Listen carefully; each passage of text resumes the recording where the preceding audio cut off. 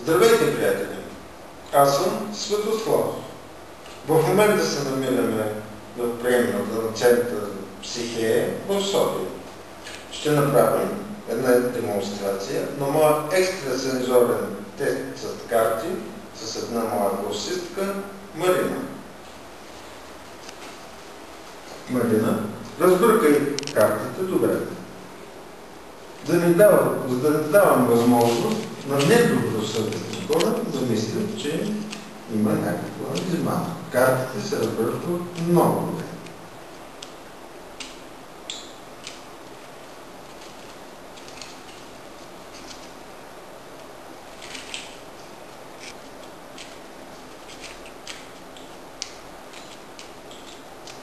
Оставете на масата. Така. Сега трябва да познаете 10 карти. Първа карта. Червена.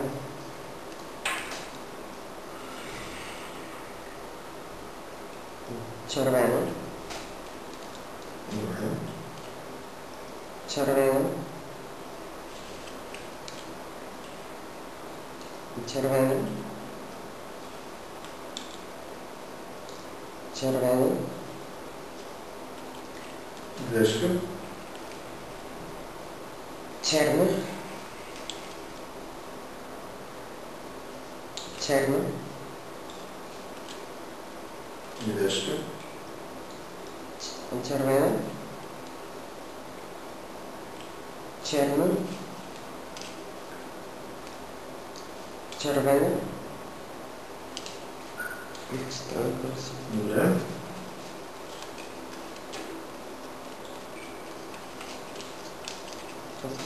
При първата серия имате 80% познаваемост. Втора серия отново с карти. Разбъркайте ги пак добре.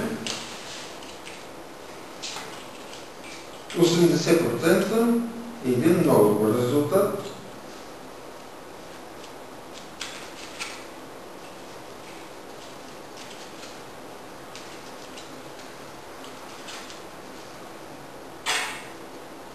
Първа карта.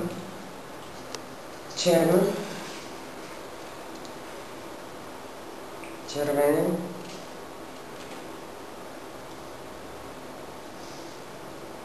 Черна.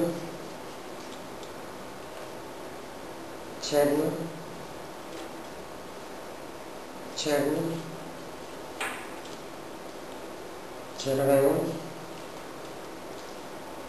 Черна. Червена. Черна.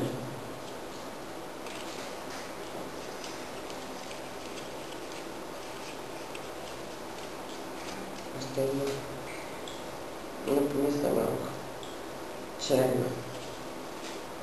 Чудесно. Отново имате 80% познаваемост по теста.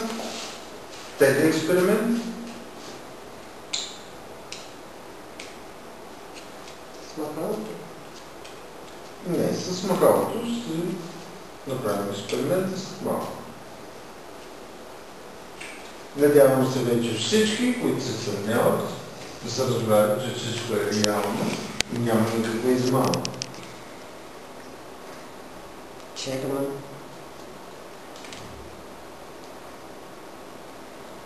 Червена.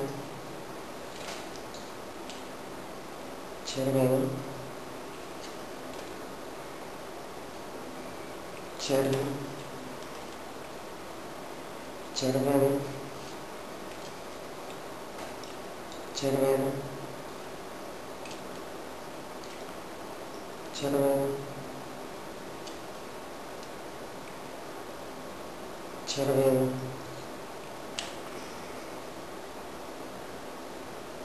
Червена. Чудесно, Марина. Последния път имате 90% познаваемост. Още една. Да видим. Червена. Да, действително 90% познаваемост,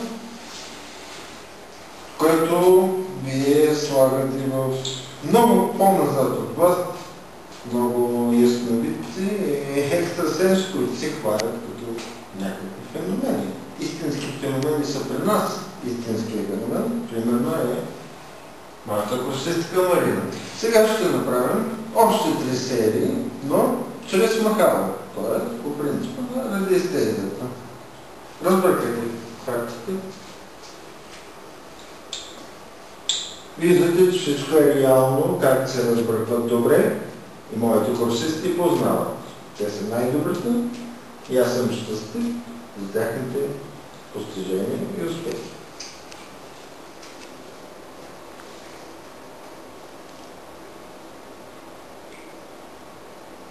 Идиомоторна биолокация, или както е известна като радиестезия.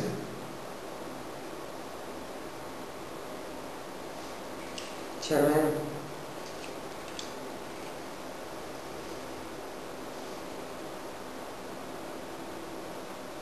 Червено.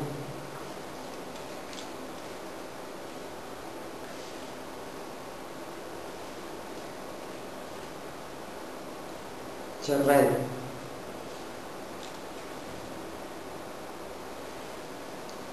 Червено.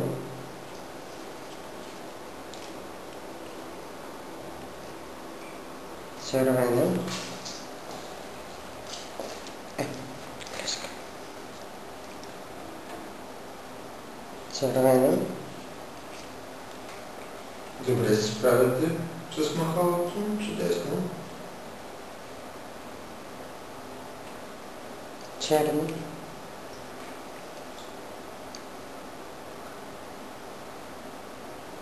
Черно.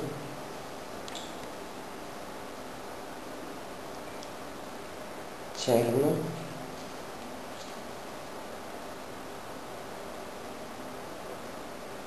Черно.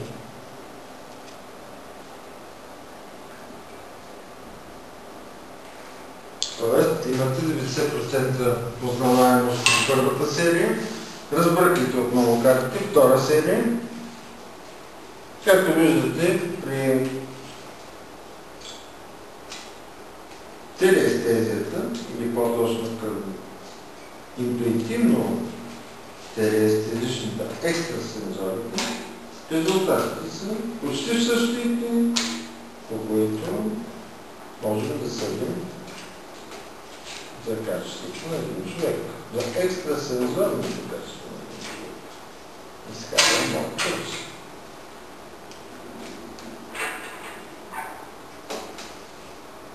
Така.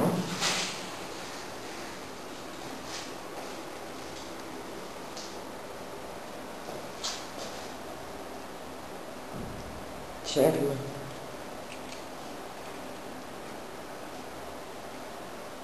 Червено.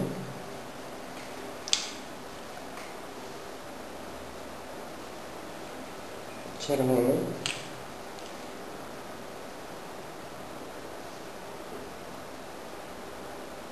Червено.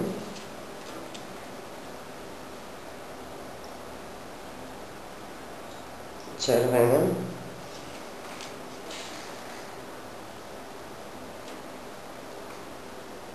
Червено. Не се притеснявате от грешките. 100% рядко се достигат. Червено. Има хора, които повече от 30-40 не могат. Това е още едно свидетелство за високо качество на обучение. Червено.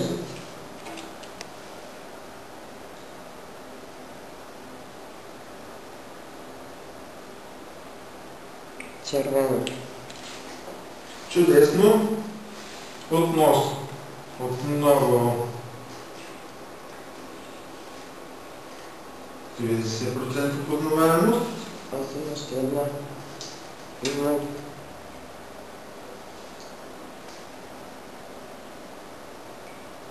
Червено.